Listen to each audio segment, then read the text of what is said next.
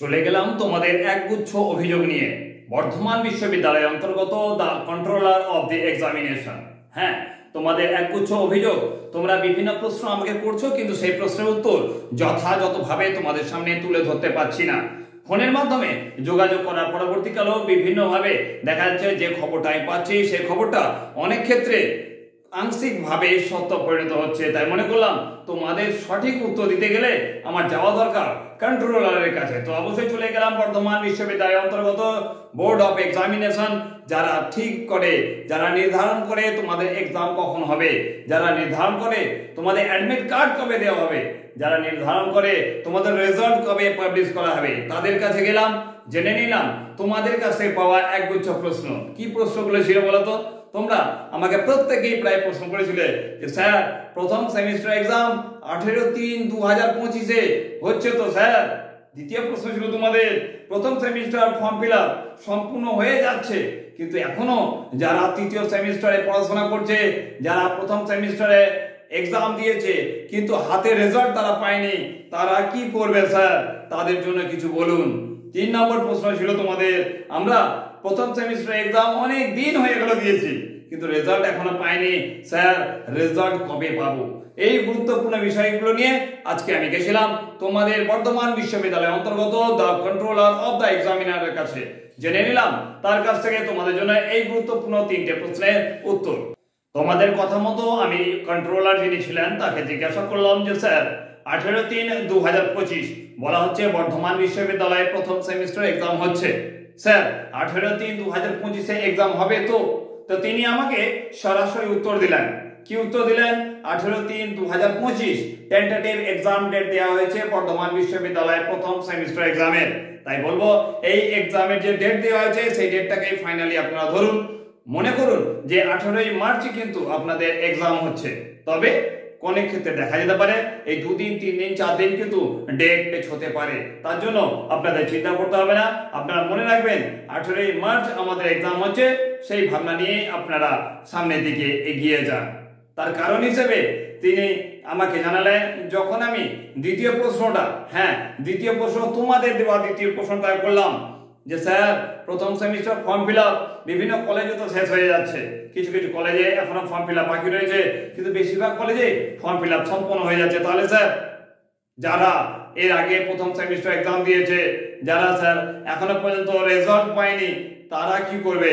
তারা কি এক্সামটা দেবে না? তো তিনি আমাকে জানিয়ে দিলেন যে প্রথম সেমিস্টার এক্সামের রেজাল্ট বেরোবে, রেজাল্ট বেরোনোর পর যদি কারো দেখা যায় রেজাল্টের মধ্যে প্রবলেম রয়েছে, তাহলে তাদেরকে আবার একবার করে ফর্ম ফিল আপের জন্য নোটিশ দেওয়া হবে। সেই নোটিশ অনুযায়ী তারা ফর্ম ফিল আপ সম্পন্ন করবে।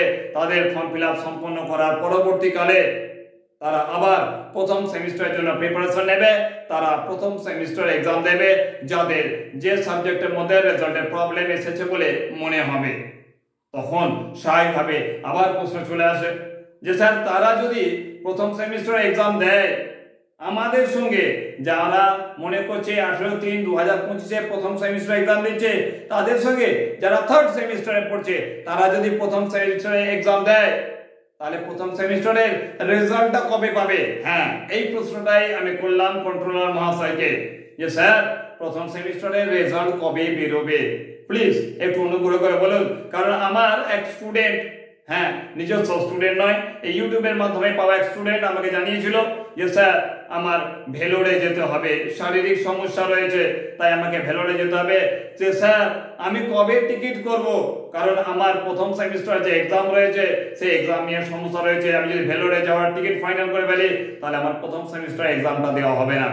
তার কথাটা ভেবেই কিন্তু আমি গেছিলাম বিশেষ করে বর্ধমান বিশ্ববিদ্যালয়ের অন্তর্গত বোর্ড অফ এক্সামিনারের যে কন্ট্রোলার আছে তার কাছে। তো তিনি আমাকে জানালেন প্রথম সেমিস্টার রেজাল্টের কথা। শুনলে চিন্তা করার কিছু নেই গো, এর আগে আমি শুনেছিলাম, তোমাদেরকে জানিয়েছিলাম, আজকে আবার শুনলাম, তোমাদের আমি জানিয়ে দিচ্ছি এই সপ্তাহেই তোমাদের প্রথম সেমিস্টার রেজাল্ট বেরোচ্ছে। কোনো কথা নয়, এই সপ্তাহেই তোমাদের প্রথম সেমিস্টার রেজাল্ট বেরোচ্ছে বলে কন্ট্রোলার আমাকে জানালেন। তিনি বললেন বিপুল পরিমাণে সম্ভাব্যতা রয়েছে এই সপ্তাহে তোমাদের প্রথম সেমিস্টার রেজাল্ট আউট হওয়ার।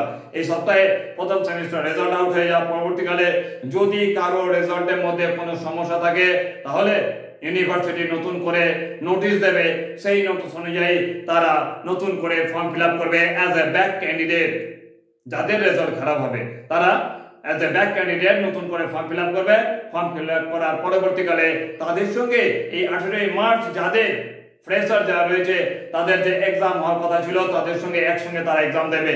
এক্সামটা 18 তারিখে হতে পারে, 20 তারিখে হতে পারে, 22 তারিখে হতে পারে, এই নিয়ে চিন্তা করার কিছু নেই। বোর্ডের যিনি এক্সামিনের যে কন্ট্রোলার তিনি বললেন 18 তারিখ, মানে আপনার 18 তারিখ ধরুন। তারপরে দেখা গেল 2 দিন 4 দিন এদিক ওদিক করতে হলে সে আমাদের ব্যাপার, আপনাদের ব্যাপার নয়। আর রেজাল্ট, হ্যাঁ এই সপ্তাহে ফাইনালি রেজাল্ট বেরোচ্ছে।